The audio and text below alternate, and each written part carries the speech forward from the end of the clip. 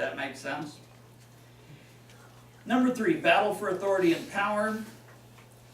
Between 800 and 1054, church history is dominated by struggles between the rulers of the Frankish Empire and the popes, etc., etc.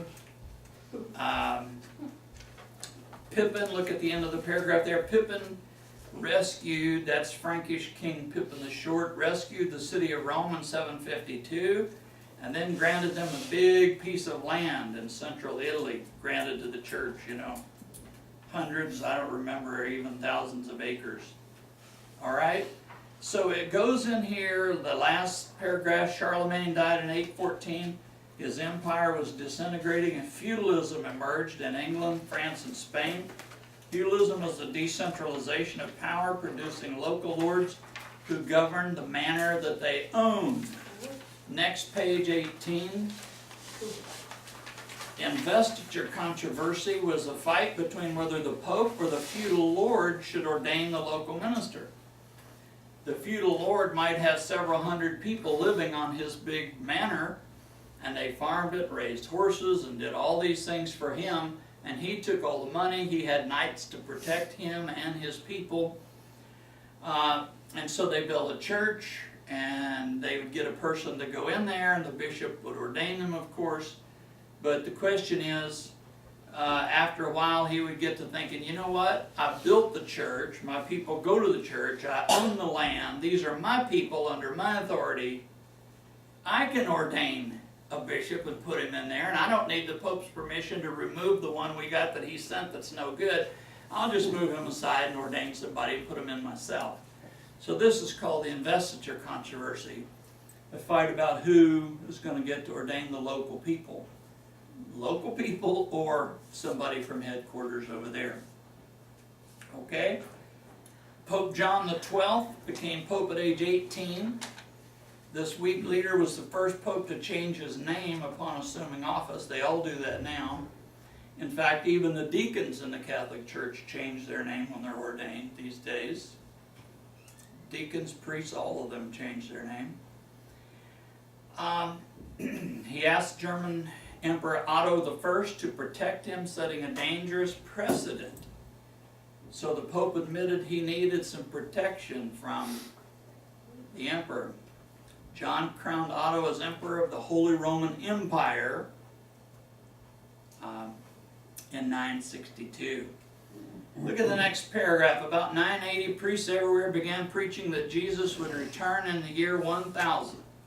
Most Christians believed it and prepared for the return. Incidentally, many Christians also predicted and prepared for Christ's return in the year 2000. Oops! Didn't happen either time.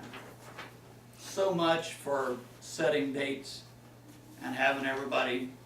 And I knew a guy, and this is crazy, I went and visited his church one time, and he had all his people buying horses because he set the year, I think it was 1997, he said, that the financial collapse of America will happen in 1997, and they'll go into a tribulation period, then Christ will return after 7 years.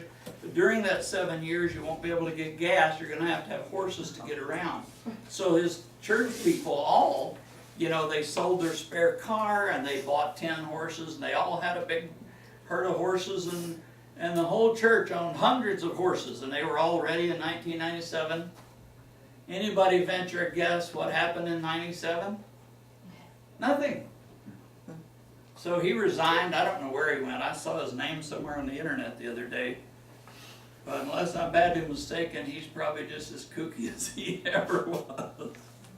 Okay, don't let anybody sell you a string of horses for your future. 1045, a scandal broke out resulting in 3 men all claiming to be the rightful pope. In 1046, Henry III, Emperor of the Holy Roman Byzantine Empire, called a synod at Sutri, where Clement II was proclaimed to be the real pope. This marked the lowest point in papal power during the medieval period. The highest point of the greatness of the Byzantine Empire began with Isaac I and went until the Crusaders conquered Byzantium in 1204. During this period, the Byzantine Empire was the capital of world finance and culture. There's a whole lot of information here under number 4, Muslim conquests. I'm going to skip over that. You can read that when you get home if you have time. I do want to say a few words about the Inquisition. The Roman Inquisition was began by the Pope in France in the 12th century in an attempt to purge the church of the influence of the Waldensians and Cathars, sometimes called the Cathari. These tortures continued beyond 1400.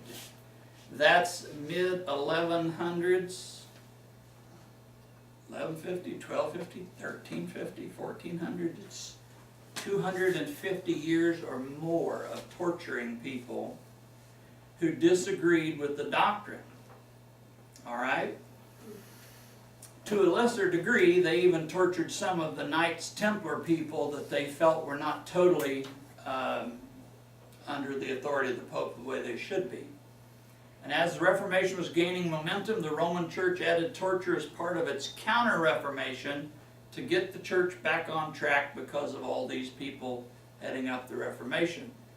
The Inquisition spread into many countries, but was most brutal in Portugal, and especially in Spain under the Inquisitor General. His name was Torquemada.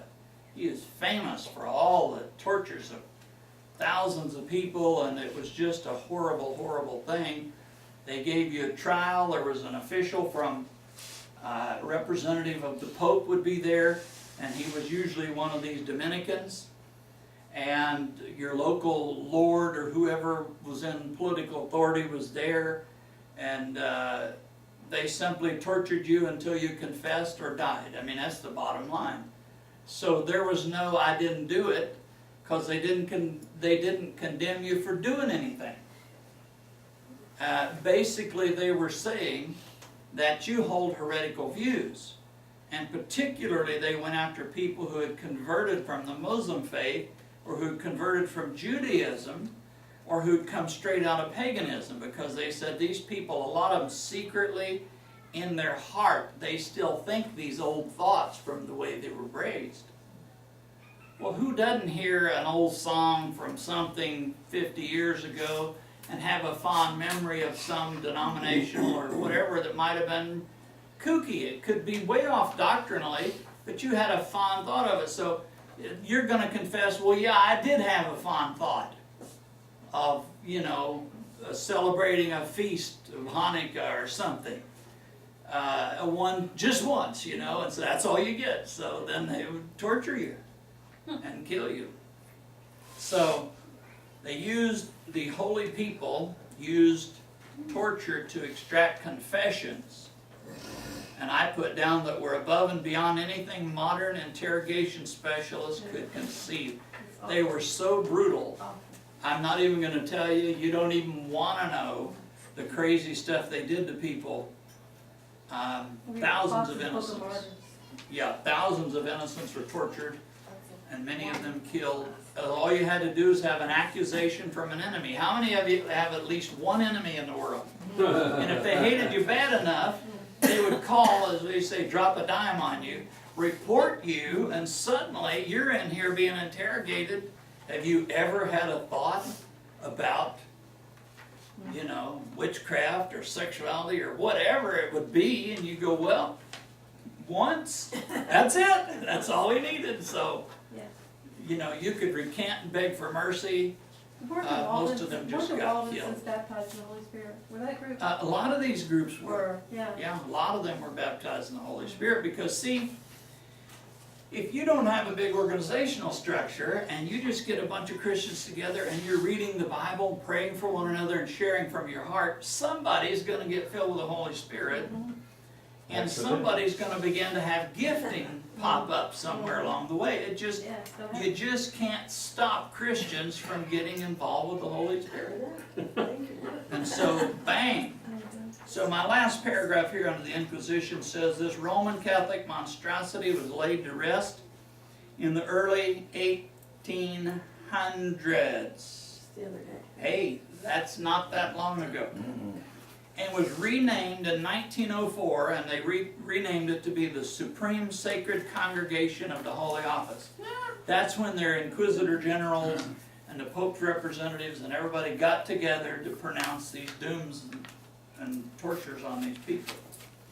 And I ended by saying this sowed the seeds for the witch hunts in the early American colonies, because it was in people's mind that maybe we should find out whose doctrine is not correct and fry them, or make them confess to the true doctrine. Unfortunately, this mentality is still alive and well in some Christian circles. God bless you. That's enough for tonight. We'll turn the camera off. If anyone has a final comment, I know it's almost 7:30.